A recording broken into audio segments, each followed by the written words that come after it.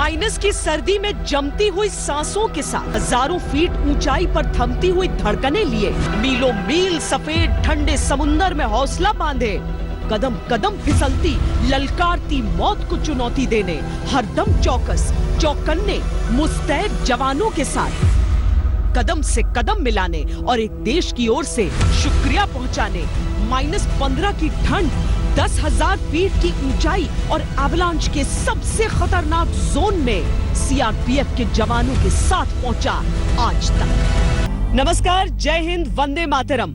Minus का तापमान जिनके हिम्मत को जमा नहीं पाता, बर्फीली तेज हवाएं जिनके हौसले को डिगा नहीं पाती, वो जिनके खून के उबाल के कारण हमारा देश महफूज है, आज हम उनकी ड्यूटी के साथ, उनकी तैनाती के साथ, उनकी कठिनाइयों के साथ आपको बताएंगे कि क्यों हमें इन पर इतना फख्र होता है। गणतंत्र दिवस परेड में इतने शान से लहराकर अगर ये चलते हैं तो वो कौन सा हौसला है, वो कौन सा कर्म है जिस पर गर्व इन्हें इतना होता है। आइए हमारे साथ आप भी बिताइए इनके साथ एक पूरा दिन। सीआरपीएफ के जवान देश के कोने कोने में अलग अलग तरह की ड्यूटी निभाते हैं।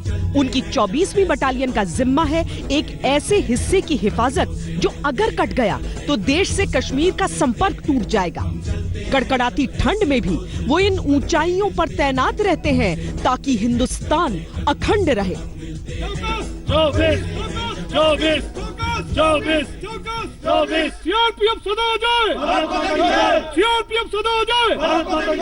देखिए, हम ये आगे बढ़ रहे हैं और यहाँ पर ये एवलांच रेस्क्यू टीम हमें नजर आ रही है। जिस जगह पर हम हैं यहाँ पर भी लगभग 2.5 से 3 फीट बर्फ पड़ी हुई है।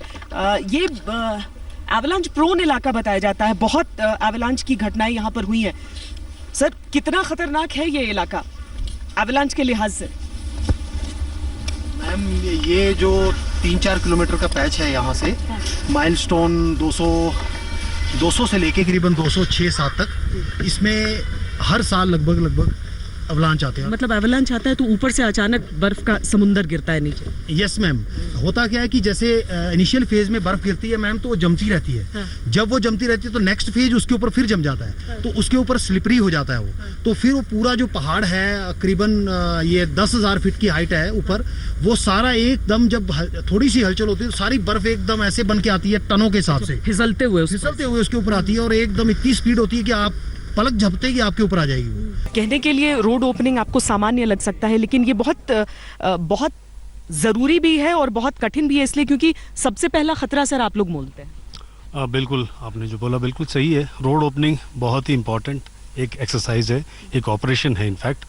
और कभी भी किसी भी कॉन्वॉय की मूवमेंट होनी हो या ट्रूप्स का मूवमेंट होना हो, तो हम जिस रास्ते से वो ट्रूप्स का जाने के लिए निर्धारित किए हैं उस रास्ते को सैनिटाइज करते हैं, जिसके लिए हमारी आरओपी पार्टी है। तो कोई भी कॉन्वॉय अगर 7 बजे हम समझे शुरू करती है तो आप उससे 1 घंटे पहले शुरू करेंगे इस मौसम में भी?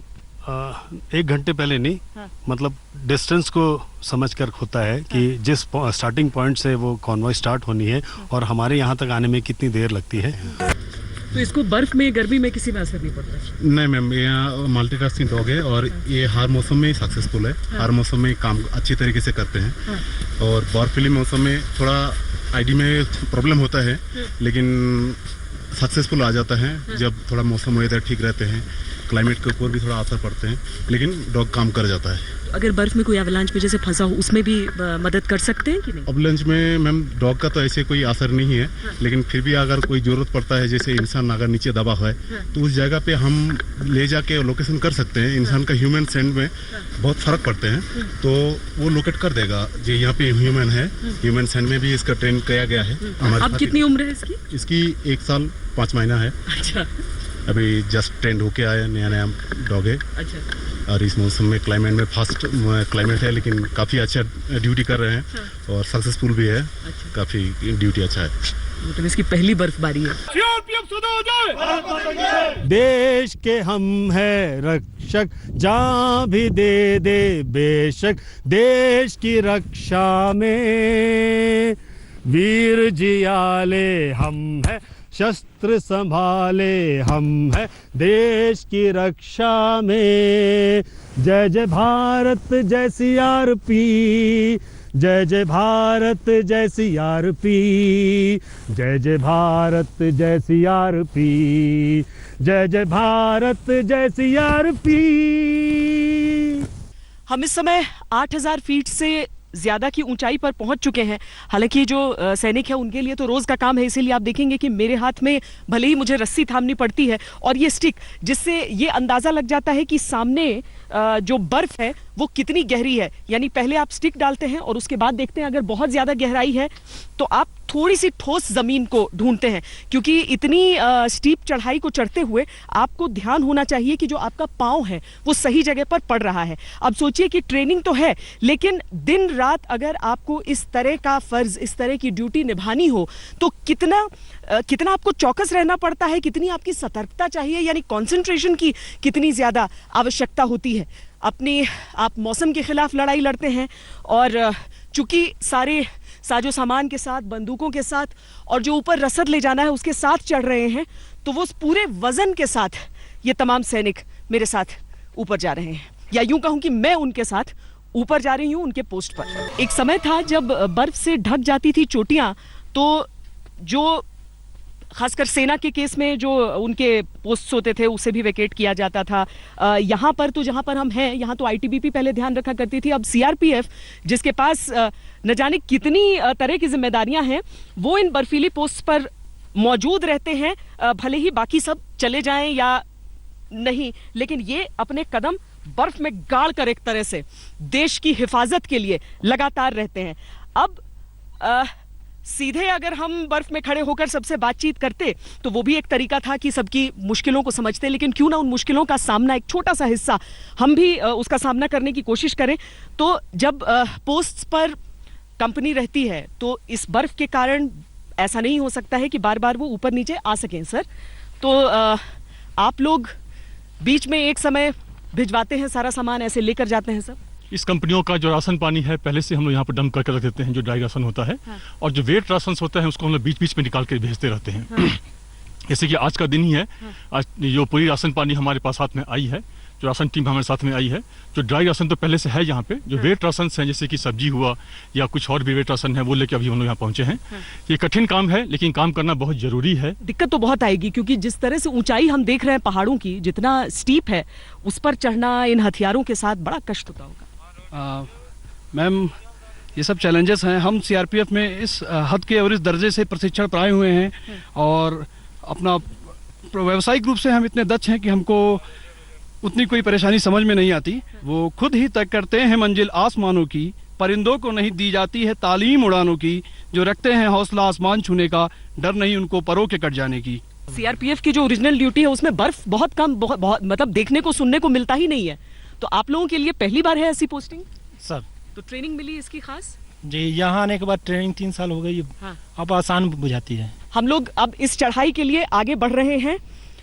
कई पड़ाव भी आएंगे बीच में, क्योंकि हमें देखना होगा कि ये जो ऊंची चढ़ाई जिसकी तरफ हम अभी बस देख ही सकते हैं, वहाँ तक बाकी तो के लिए रोज़ का काम है, मैं पहुँच पाती हूँ कि नहीं। लेकिन कोशिश यही रहेगी कि हमारे सैनिक अगर उन पोस्ट पर लगातार साल के हर समय वहाँ निगहबानी करते हैं तो उनका कम से कम, अगर हम गणतंत्र दिवस मनाते हैं या कोई भी भारत का पर्व मनाते हैं तो कम से कम वहाँ जाकर तो हम ज़रूर इन सब को भी और उन सब को भी शुक्रिया कह सकते। तो आधा रास्ता हम कर चुके हैं पूरा, और असल में इतनी बर्फ देखकर, और वैसे ठंड तो होती है लेकिन अंदर भीतर ऐसा एहसास भी होता है कि आपको पसीना आ रहा है और ये काफ़ी दिक्कतें खड़ी कर सकती है। ऐसे में ये जो गर्म पानी है सर, इससे क्या फ़ायदा है? गर्म पानी ठंडे इलाके में बहुत ही फायदेमंद है, ये कि जीवनदायिनी वस्तु है। गर्म पानी आपको इस इलाके में हार्ट अटैक और जो सांस फूलने की बीमारी होती है उससे थोड़ा दूर रखता है। ये भी कहते हैं कि अगर फ्रॉस्ट बाइट जैसी चीजें इसकी आशंका हो तो उसमें भी काम हो सकता है। ये फ्रॉस्ट बाइट पे भी काम आता है। यदि आपका हाथ, यदि खास हम चल रहे हैं, आपने हाथ दिखा सकते हैं, इसमें देखिए फ्रॉस्ट बाइट हुआ, यदि इसको गर्म पानी में डाल दिया तो इसका हाथ का जो आपका है इसके बचाव हो जाती है। तो आखिरकार हम पहुंच गए हैं वहाँ जहाँ के लिए चले थे हम, और जो रसद लेकर आए थे सैनिक वो आगे की ओर बढ़े हैं। सर, कितने हजार फीट की ऊंचाई पर है ये? मैम, तकरीबन ये हम 10,000 फुट की हाइट पर अभी आ गए हैं। और यहाँ पर जो जवान हमारे हैं वो हर एक ट्रेंड शुदा जवान हैं। हर एक परिस्थिति से निपटने के लिए सबको ट्रेनिंग दी जाती है और बीच बीच में हमारे सीओ सर राशन की पार्टी के साथ आते रहे, हर दूसरे या तीसरे दिन में सीओ सर भी आते रहते हैं। कितने दिन से, मतलब 12 महीने 24 घंटे पूरी तैनाती है? बिल्कुल मैम, जो ये 24 घंटे की हमारी तैनाती है, ये विड्रॉल नहीं होती है हमारी कंपनियां। ये जब बर्फ हो या चाहे कोई दूसरी आपदा हो, लेकिन ये हमारी 24 घंटे की तैनाती है। तो बर्फीले तूफान भी बहुत आते हैं यहाँ पर? जी मैम, बहुत ज्यादा आते हैं, लेकिन उससे भी निपटने के लिए हमारे पास पूरे स्नो के पूरे इक्विपमेंट हैं, उससे भी हम निपटते हैं। तो एवलांच का दरअसल ये बताया जाता है, अगर पूर्वानुमान है, लेकिन मौसम आप जानते हैं कि हमेशा वो नहीं होता है जो कहा जाता है, या फिर कई दफा चूंकि इन पहाड़ों पर इतना हेवी स्नोफॉल है, परिस्थिति काफी पेचीदा, काफी मुश्किल रहती है। कितना तापमान यहाँ पर हो जाता है? मैम यहाँ पे लगभग -10 से -15 तक चले जाते हैं तापमान। अच्छा, जी। तो आप लोग रात में भी ड्यूटी आपकी होती है? बिल्कुल मैम, 24/7 हमारी ड्यूटी यहाँ पे रहती है।